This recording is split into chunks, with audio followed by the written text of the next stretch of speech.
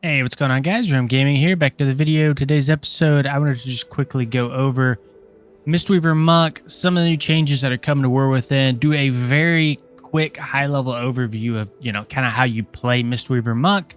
And, if it's a spec that you've been thinking about playing, maybe this next expansion, War Within, is the time you're going to pick up Mistweaver Monk. So, again, just quick high-level overview over everything, including the changes and just some sort of general gameplay.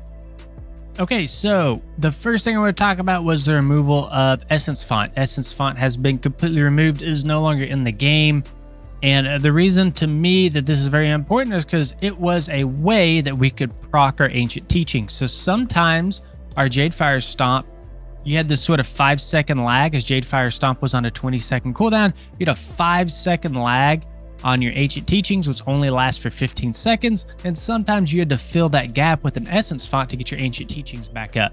Outside of that, it was very expensive. It wasn't super great to use. I mean, it was okay. It was pretty good if you paired it with a Thunder Focus T. I can't remember exactly what you got. I believe it was like versatility or something like that. But it did have some uses, but now it is completely gone. And then also, Jadefire Stomp has been reduced down to a 15-second cooldown instead of a 20-second. This is very good because this means we will always be able to keep Ancient Teachings up. So Ancient Teachings last 15 seconds, Jadefire Stomp last 15 seconds. We also now have a new talent called Crane Style. Rising Sun Kick now kicks up a gust of mist to heal 2 allies within 40 yards. Spinning Crane Kick and Blackout Kick have a chance to kick up gust of mist to heal 1 ally within 40 yards. So it seems like to me this is a way that Blizzard is trying to lean a bit more into the fist weaving sort of play style, and this is going to kind of help with some off healing. As you do damage, you will be able to heal more. Now, another thing that pairs really nicely with this is Gust of Mist was actually buffed by 20%, so that's going to make Crane Style even stronger. If you are not sure what Gust of Mist is, it is our passive here, and basically it's a way for us to heal through doing various things. So you can see it's tied with like Rising Sun Kick, Shaylin's Gift, Jadefire Stomp, all these different spells. You do have a chance to kick up a Gust of Mist and do additional healing. Then we do also have a new talent called Deep Clarity here. It is a passive, so after you fully consume your Thunder Focus Tea, your next Vivify triggers Zen Pulse. To show you guys what that looks like, you drink your tea, and you can see you get this green icon. And then now our next Vivify is going to trigger Zen Pulse for us. So with that being said, Zen Pulse has also been reworked completely. It is a passive now. So as Zen Pulse works is Renewing Mist, heal over time, has a chance to cause your next Vivify to also trigger a Zen Pulse on its target. And all allies with Renewing Mist, healing him for X amount by 6% per Renewing Mist active up to 30%. So this is going to incentivize us to try and spread out as many Renewing Mist as we possibly can. We also have a new talent here called Chi Harmony. Renewing Mist increases its target's healing received from you by 50% for the first 8 seconds of its duration. So there are some other minor changes to talents, but that's all I'm going to cover for now. We did get a buff to some of our healings. The Vivify healing was increased by 9%. It also costs less mana. Invigorating Mist was increased by 8%, and then also the Gust of Mist that we just talked about was increased by 20%. So the first thing that I noticed coming into my Mistweaver Monk after I've kind of gotten everything moved around is there's a lot less button bloat. We've had a couple other things that have happened to the core Monk tree. I believe Dampen Harm was also removed.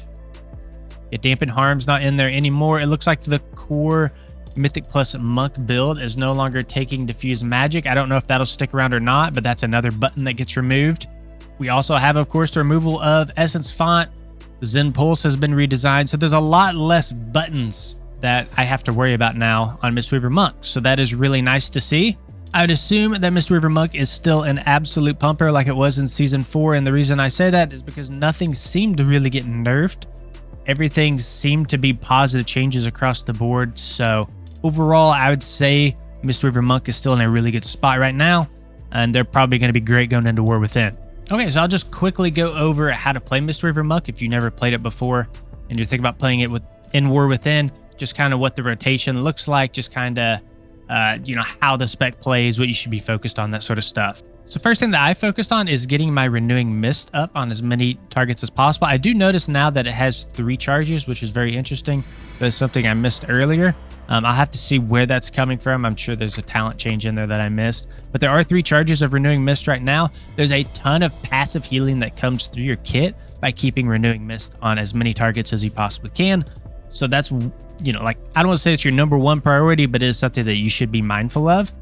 The next priority, or probably your top priority, is going to be to drop your Jadefire Stomp, and you want to stay in your Jadefire Stomp as much as you possibly can to get resets on your Jadefire Stomp. So when you attack enemies within your Jadefire Stomp, you are going to get it to reset, and you can kind of spam it as much as you possibly can. So the main reason for Jadefire Stomp, though, is up here in the top right. I have something called Ancient Teachings. I normally have a weak aura that tracks this.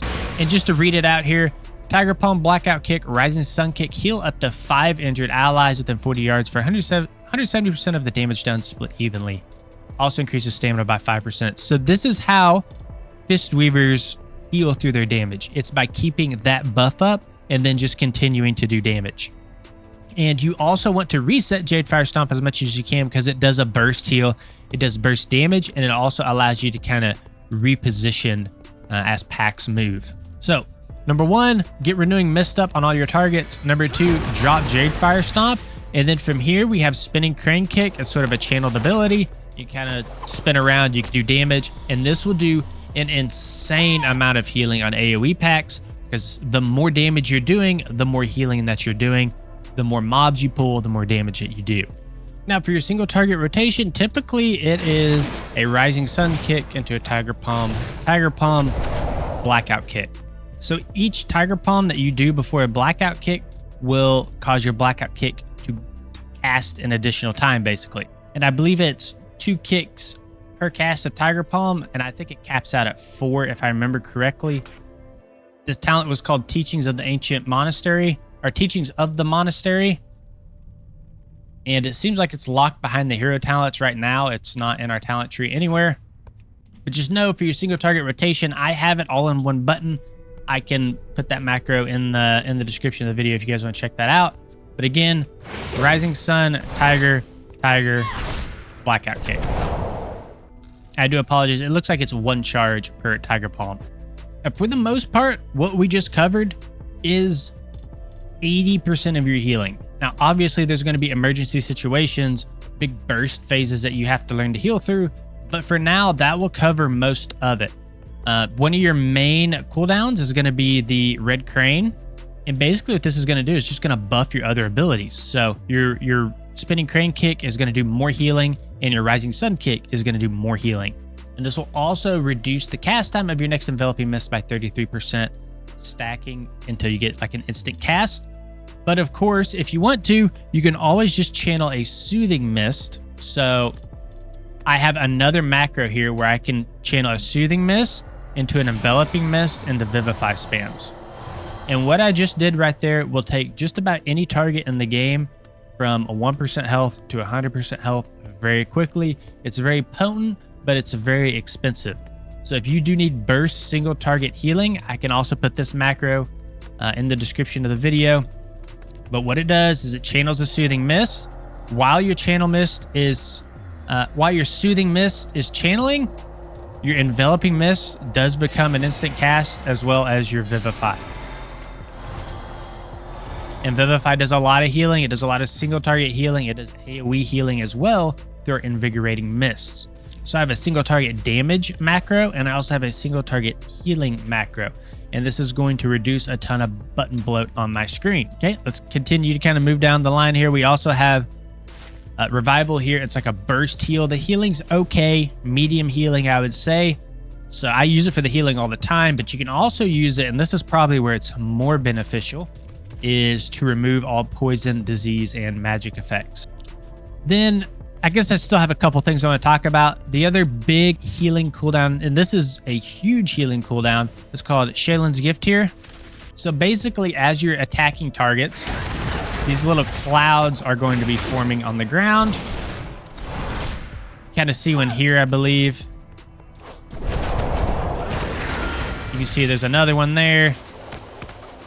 There's a third one here, and you can see you got 3 stacks. So what you can do is you can absorb these clouds with a cast time, and it's going to do a huge amount of healing to your party.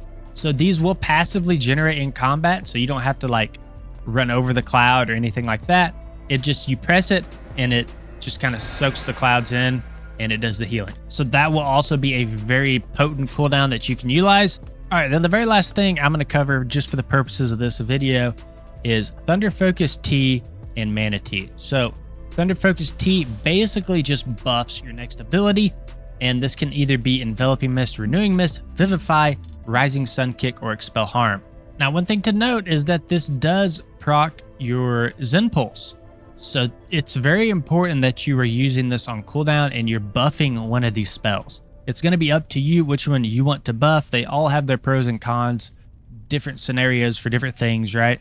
But it is very important that we are utilizing this because if we remember, we talked about the new talent Deep Clarity. When we fully consume our Thunder Focus T, our next Vivify will trigger our Zen Pulse. So this is, if you remember Zen Pulse, we talked about it earlier. It has been reworked, and this is going to be like a huge group AoE heal based on how many Renewing Mist you have out. So this is a cooldown that you will kind of work into your rotation. You're going to be using as much as you possibly can. And then, of course, we also have Mana Tea. So you will get stacks of Mana Tea as you're in combat hitting things, and you can actually drink the Mana Tea to restore your mana. So this is kind of the main way that you stay on top of your mana is by consuming these Mana Tea charges. It does cap out at 20 stacks, so it is something that you do need to kind of stay on top of. It can kind of get away from you. Typically what I do is I just drink it in between packs. It doesn't matter if you drink it at 1 stack, 2 stack, 18 stacks, it's going to be the same amount of mana per charge. Okay, let's take a quick look at what the rotation will look like. So I'm going to drop my Jadefire Stomp. I'm going to get a Renewing Mist out on myself. And I'm just going to go to my damage rotation. And again, this is 90% of what you're doing is just keeping your damage rotation up. So drop my Crane. Now in a normal Mythic Plus setting, I'd probably just be casting Spinning Crane Kick here. You see I got some Mana Tea charges. Let's drink that. You see we're at full mana again. Then your oh crap AoE heal button is going to be a Shaylin's Gift. We also do have our Crane that we already used if we needed that. And then your oh crap emergency heal is going to be your Life Cocoon. And then you can also use the macro for Enveloping Mist and Vivify spams for huge single target healing. Alright guys, that's going to be it for this video. I'll do a more in-depth guide once we're within releases. We'll go over the hero talents. We'll go over absolutely everything. But for now, just kind of a quick start guide for pre-patch here. Kind of how, you know, how Mistweaver Muck's looking right now. I think it's looking pretty good. And I think it's going to be very good going into War Within.